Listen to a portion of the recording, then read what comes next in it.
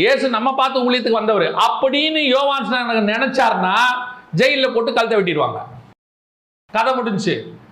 தாவீதை மேற்கொள்ள வேண்டும் என்று யோவாபு நினைத்தால் நீ போய் பலிபீட கொம்பை தான் பிடிச்சுக்கணும், உன்னை வெட்டுவாங்க. உன் அழைப்பு அவனுக்கு உதவி செய்வதற்கு. ராஜாவாகிற அழைப்பு ஒன்று இருக்கிறது, உதவிக்காரன் அழைப்பு என்று ஒன்று இருக்கிறது. உதவிக்காரன் அழைப்பு கீழானது அல்ல, அதுதான் இவனை ராஜாவாகவே மாத்தோம். ஆனா அதுக்காக தான் கர்த்தர் ஒன்று உண்டாக்கி இருக்கிறார். இதுவும் கர்த்தர் கொடுத்த ஊழியம் தான், இதுவும் ஆண்டவர் ஆசீர்வதிச்சிருக்கிறது தான்.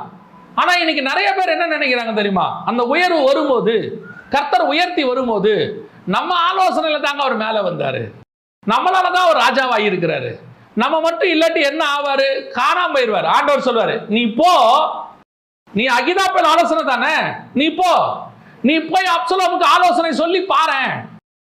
உன் ஆலோசனை அப்சலோமு கிட்ட